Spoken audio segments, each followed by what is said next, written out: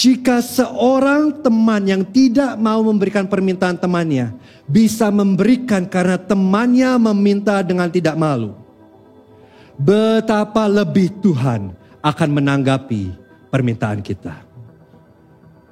Dengan kata lain, Tuhan senang diganggu. Tuhan ingin supaya kita mengganggunya dengan tidak malu. Berbeda dengan Baba, Tuhan senang dan tidak tersinggung sewaktu kita datang dengan permintaan kita dan sikap yang tidak malu. Saudara tahu kenapa? Karena Tuhan adalah Bapa kita dan kita adalah anak-anaknya. Coba pikirkan sebentar, para papa.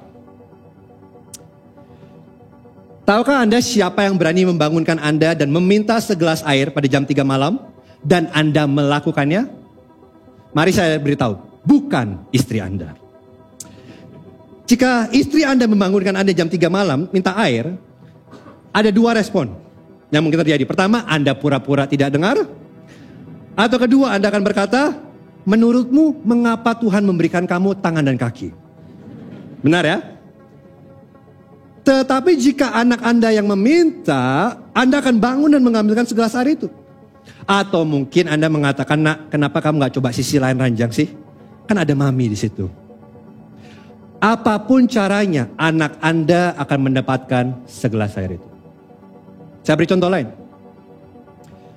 Bagaimana hari ini kita bisa bertemu dengan seorang presiden? Bayangkan. Apa yang diperlukan untuk kita bisa bertemu dengan seorang presiden? Tentunya kita harus punya koneksi ya. Kita harus punya koneksi, kita harus berprestasi, kita mungkin harus punya kekayaan. Kita harus menjadi orang penting. Jadi ada aturan yang harus kita ikuti dan ada janji yang harus kita buat. Benar? Kecuali anaknya.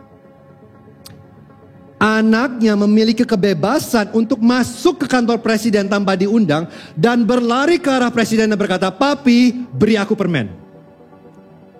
Tetapi kalau kita berlari ke arah presiden dan meminta permen kepadanya, kita akan mungkin bertemu muka dengan presiden di atas segala presiden, Yesus Kristus namanya. Anak-anak kecil meminta dengan tidak malu. Apakah mungkin kita terlalu sopan dalam doa kita? Jadi perhatikan ini, pertanyaannya adalah, apakah kita berani datang kepada Tuhan dan meminta dengan tidak malu? Atau apakah kita sungkan sama Tuhan? Atau apakah kita menggunakan kedaulatan Tuhan sebagai alasan untuk kita tidak meminta? Dan ini berbahaya. Karena ketika kita menolak untuk meminta kepada Tuhan dengan tidak malu, kita merendahkan kemurahan hati Tuhan kepada kita. Ada sebuah cerita tentang Alexander the Great yang mengilustrasikan hal ini. Jadi suatu hari, salah satu jenderal Alexander the Great ini menghampirinya dan berkata, "Aku harus menikahkan anak putriku dan aku membutuhkan uang banyak untuk pesta ini. Bisakah kamu membantuku?" Dan Alexander berkata, "Tentu, kamu adalah salah satu jenderalku dan aku akan dengan senang hati membantumu. Berapa banyak yang kamu butuhkan?" Dan kemudian sang jenderal meminta sejumlah uang yang besar. Katakanlah sekitar 10 miliar rupiah. Mungkin jenderal ini orang Surabaya ya. Jadi kalau pesta pernikahan gede banget saudara, wah banget.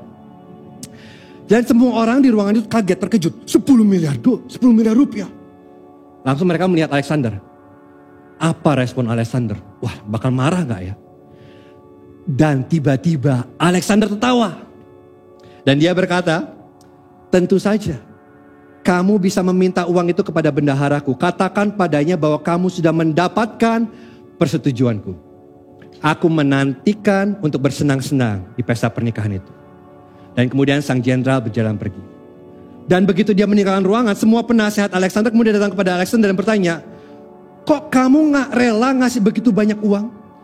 Dan yang lebih luar biasa, kok kamu tertawa? Bukannya marah, malah tertawa." Dan perhatikan jawaban Alexander. "Dia telah memberikan kehormatan yang besar terhadapku. Dengan meminta jumlah sebesar itu, dia menunjukkan bahwa dia percaya bahwa aku sekaya itu dan semurah hati itu. Dia tahu apa artinya menjadi jenderalku. Gibeon Church, apakah Anda tahu apa artinya menjadi anak Allah? Karena seringkali kegagalan kita untuk meminta dengan tidak malu adalah karena kita lupa siapa Bapa kita yang di surga.